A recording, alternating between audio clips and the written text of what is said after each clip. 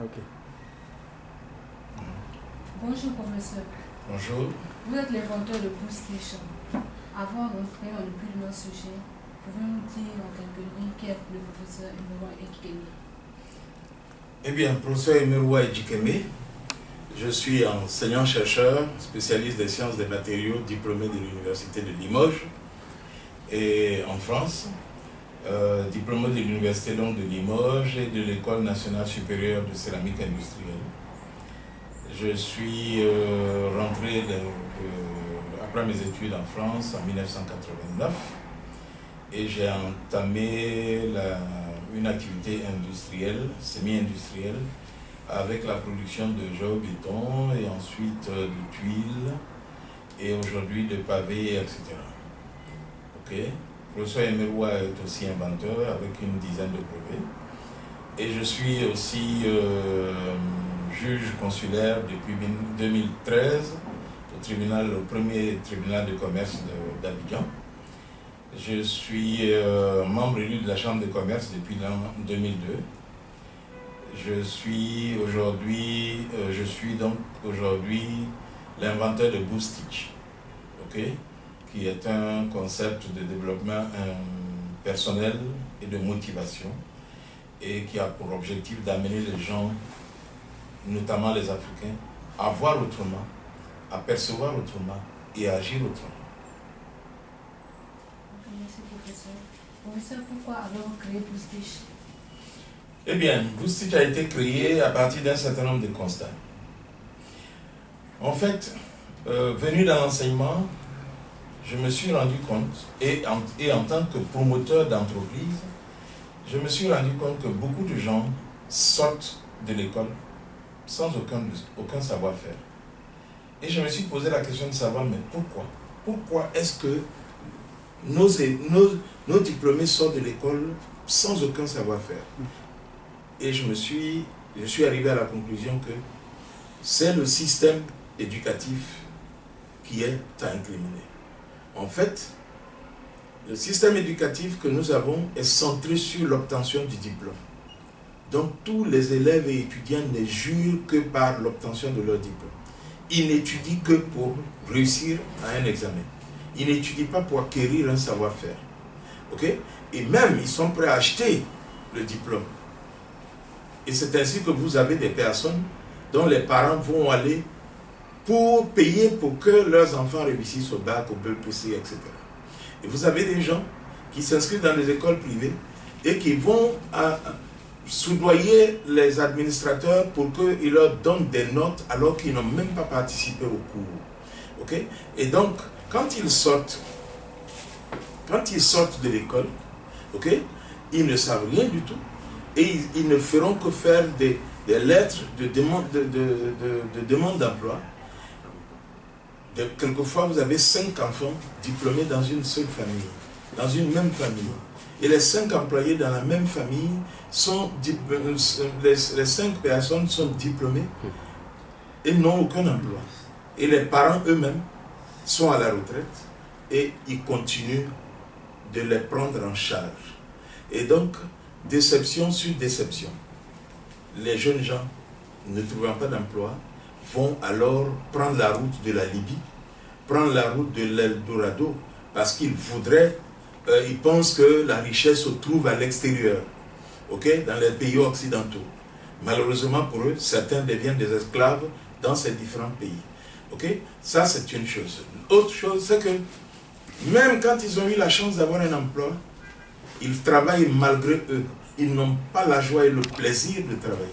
Ce qui fait que ils sortent, ils sont dans le lieu de travail, ils vont le lundi matin au travail stressés parce qu'après avoir passé un bon temps avec leur famille, le lundi matin ils vont au travail comme si le travail était une corvée. Alors que Dieu, quand il nous a donné le travail, c'est quelque chose que nous devrions faire avec beaucoup de plaisir. Okay? L'autre élément, c'est que les chefs d'entreprise, l'autre constat, c'est que les chefs d'entreprise sont déçus parce que les jeunes gens qu'ils emploient n'ont aucun esprit d'initiative. Un chef d'entreprise qui crée son entreprise, dès qu'il est absent, tout tourne au ralenti. Okay? Et partant de ça, Et il y a d'autres constats, mais je vais juste me limiter à ceci. Et partant donc de ces constats, je me suis dit, il faut faire quelque chose. Il faut que ça change. Si nos pays doivent aller à l'émergence, il faut changer la mentalité des gens. Il faut amener les gens à voir autrement, à agir autrement, à percevoir autrement et à agir autrement. Il ne s'agit pas simplement de voir, mais de percevoir ce qui se cache dans ce que nous voyons. Et de prendre une décision pour agir. C'est-à-dire qu'il faut entrer en action. Celui qui reste à voir et à percevoir, c'est un rêveur. Celui qui reste à voir uniquement et continue de voir, c'est comme un ami qui passe son temps à dire « Eh, j'ai un projet, vraiment j'ai des gens qui vont venir de tel pays. L'année prochaine, vous le voyez, j'ai des nouveaux partenaires qui viennent de tel pays. L'année suivante, vous le voyez, j'ai eu le contact d'un partenaire des États-Unis. Vraiment, il est déterminé et il est prêt à venir. » Et il passe son temps à rêver. Il faut agir. Il ne s'agit pas simplement de voir. Il ne s'agit pas de percevoir. Il s'agit d'agir. De voir, de percevoir et d'agir. Et le président Houphouët-Boigny nous a dit, et je m'arrêterai là pour cette question, il dit, nous vivons pauvres sur des richesses. Et Boustich est venu pour nous aider à découvrir ces richesses qui nous entourent, qui malheureusement nous entourent, mais malgré cela nous sommes pauvres. Ok, merci professeur. Professeur, votre intervention portera sur le module excellence. Pourquoi l'excellence est un des modules de Boustich? L'excellence est un des modules que nous enseignons à Boustich. Pourquoi? Parce que, vous savez, les Africains sont caractérisés par le plaisir développé dans les à peu près. Quand vous dites à un Africain, trace-moi une droite,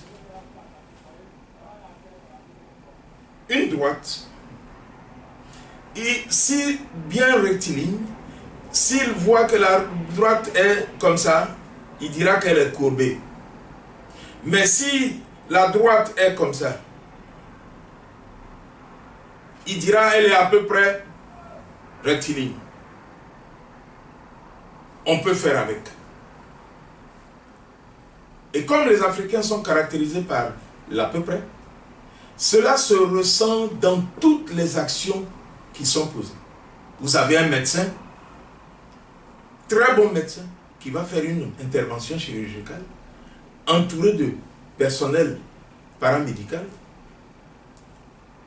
Ce personnel paramédical va être négligent, ce qui va avoir une répercussion sur la réputation du médecin.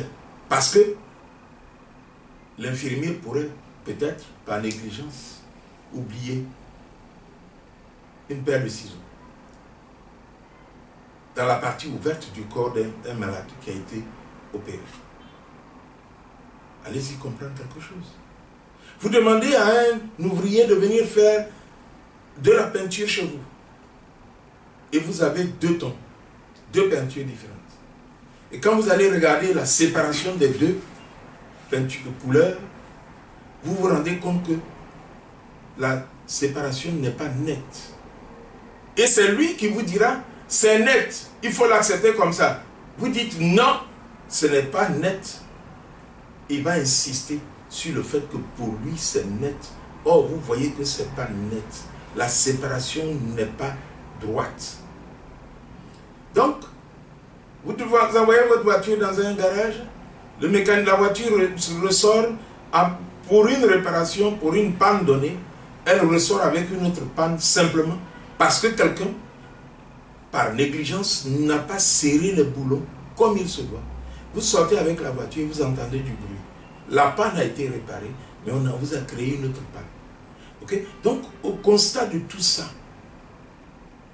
je me suis dit, il faut qu'on parle de l'excellence. Nous devons emmener les Africains, la jeunesse africaine, les travailleurs africains, les parents à la rigueur dans les actes qu'ils posent. On ne peut pas atteindre l'émergence si on aime les à peu près, si on ne poursuit pas l'excellence. L'excellence est un idéal. Mais il faut poursuivre l'excellence en permanence pour qu'un jour, nous puissions atteindre, ou je dirais, nous rapprocher de l'excellence. Et donc, l'objectif de ce cours, c'est d'amener les uns et les autres à comprendre que même si on sait bien faire des choses, on peut le faire mieux. Et qu'il existe sur cette terre des personnes qui sont capables de faire mieux que nous. Et donc, il est important que nous nous rapprochions de ces personnes pour apprendre à faire mieux que ce que nous savons faire. Car chaque jour, nous devons aller à l'apprentissage. C'est d'ailleurs ce qui fait que les professeurs consciencieux sont toujours à l'école, toujours à apprendre. Voilà. Professeur, quelqu'un qui a un talent reconnu est-il excellent? Quelqu'un qui a un talent reconnu, est-ce qu'il est excellent? C'est la question. Eh bien, non. Il a un talent reconnu. Il n'est pas excellent. Il a un talent reconnu. Tout le monde reconnaît. Vous prenez quelqu'un qui chante bien. Oh, qu'elle a une belle voix. Une voix de rossignol. Mais, si elle va dans une école de musique, elle peut améliorer sa voix. Mais si elle se dit, parce que tout le monde fait mon éloge, donc je suis excellent, non. Elle restera stagnante. Or, si elle se dit, j'ai un talent qui est apprécié, qu'est-ce que je peux faire pour faire mieux que ce que je fais? Qu'est-ce que je peux faire pour que chaque jour, je sois mieux apprécié, que mes actes soient mieux appréciés par ceux qui m'entendent? Elle peut aller à l'opéra. On va lui montrer comment manier sa voix, modifier, articuler sa voix. Et elle sera meilleure qu'elle ne l'était avant d'y entrer. Et puis, les talents sont variés, même dans un domaine donné. Les talents sont variés. Donc même dans le domaine de la musique, il y a plusieurs talents. Donc quelqu'un d'autre peut avoir un talent dans la musique et qui est devenu prof de musique. En allant se faire former, en se frottant à des compétences dans ce domaine, ok, il va se rendre compte qu'il maîtrise un aspect.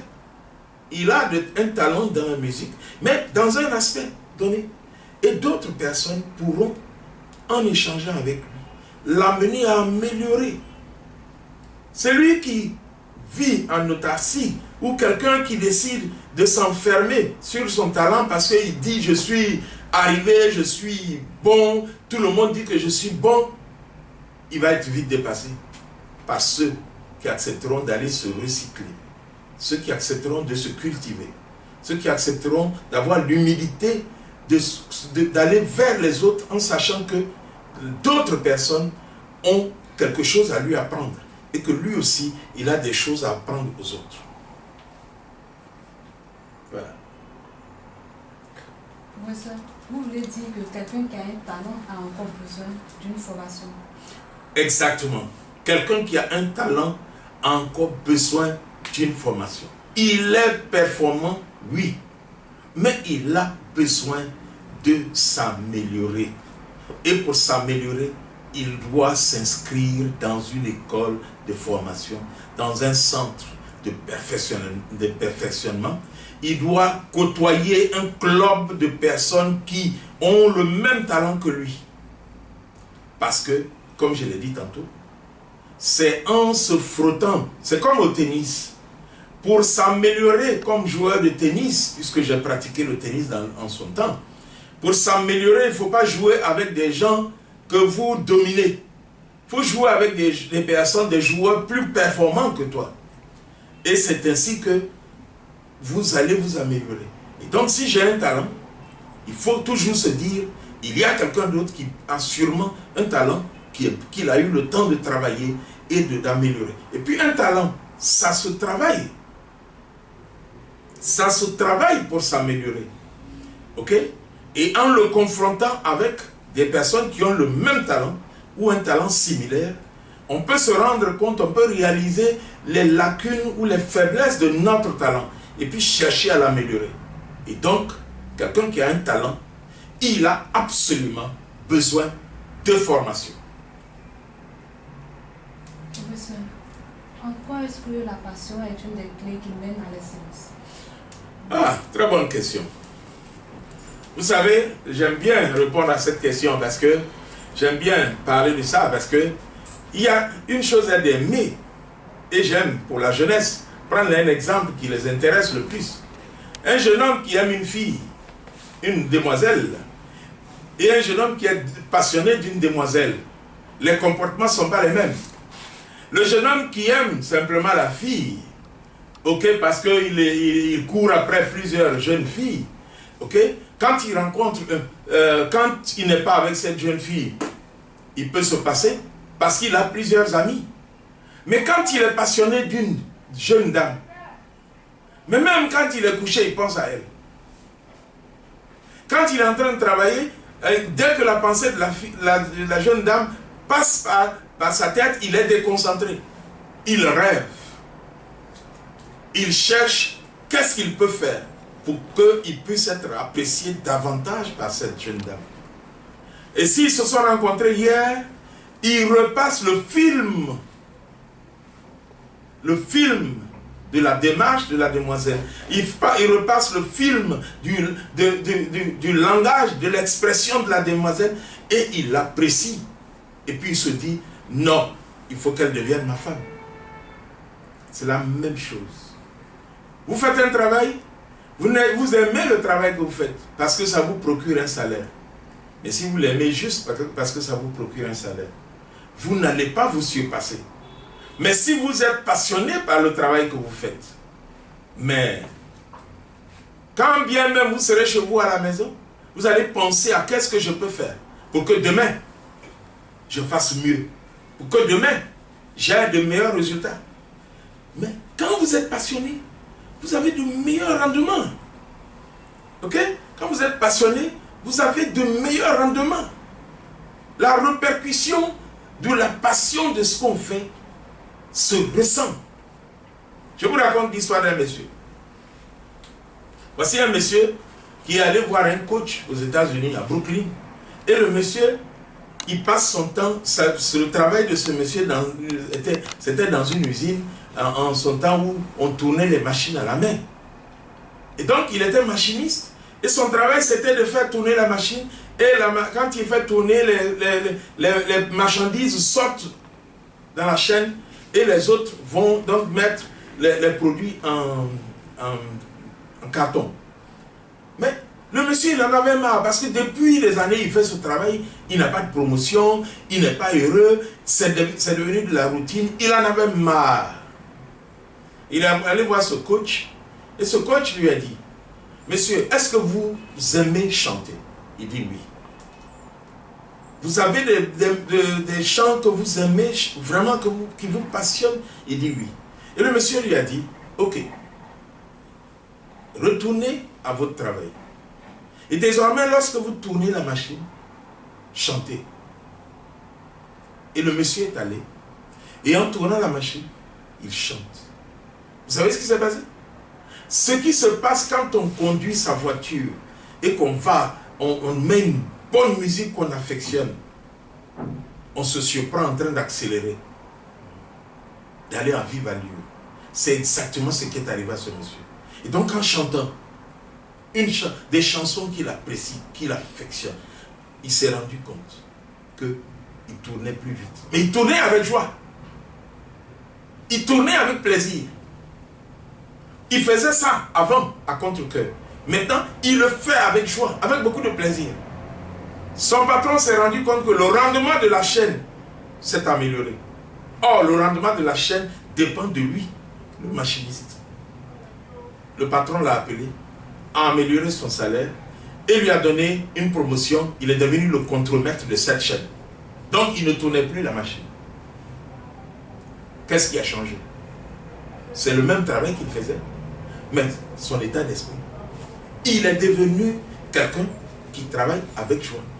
Donc, la passion dans le travail est payant. Ça produit de très bons résultats. Ok? Si quelqu'un n'est pas passionné, il n'aurait pas le résultat qu'il attend. Et il se plaindra des autres. Ah, le patron est méchant. Depuis que je travaille, il ne me donne pas de promotion. Or, c'est à lui de commencer à aimer ce qu'il fait. Et c'est ce qu'a fait ce monsieur. Et donc, je voudrais saisir l'opportunité pour inviter les uns et les autres à être passionnés de ce qu'on fait. Je dois étudier, j'étudie avec passion. Je n'étudie pas juste pour avoir un examen, pour avoir un diplôme. J'étudie parce que je veux apprendre. Quand on va lire un journal, on va lire le journal avec plaisir. Ce qui fait que dès qu'on a fait une première lecture, on a retenu l'essentiel de ce qu'il y a dans le journal. Mais quand on vous donne une leçon qui fait le même nombre de pages, vous lisez la leçon 10 fois, vous ne retenez que peut-être 10%.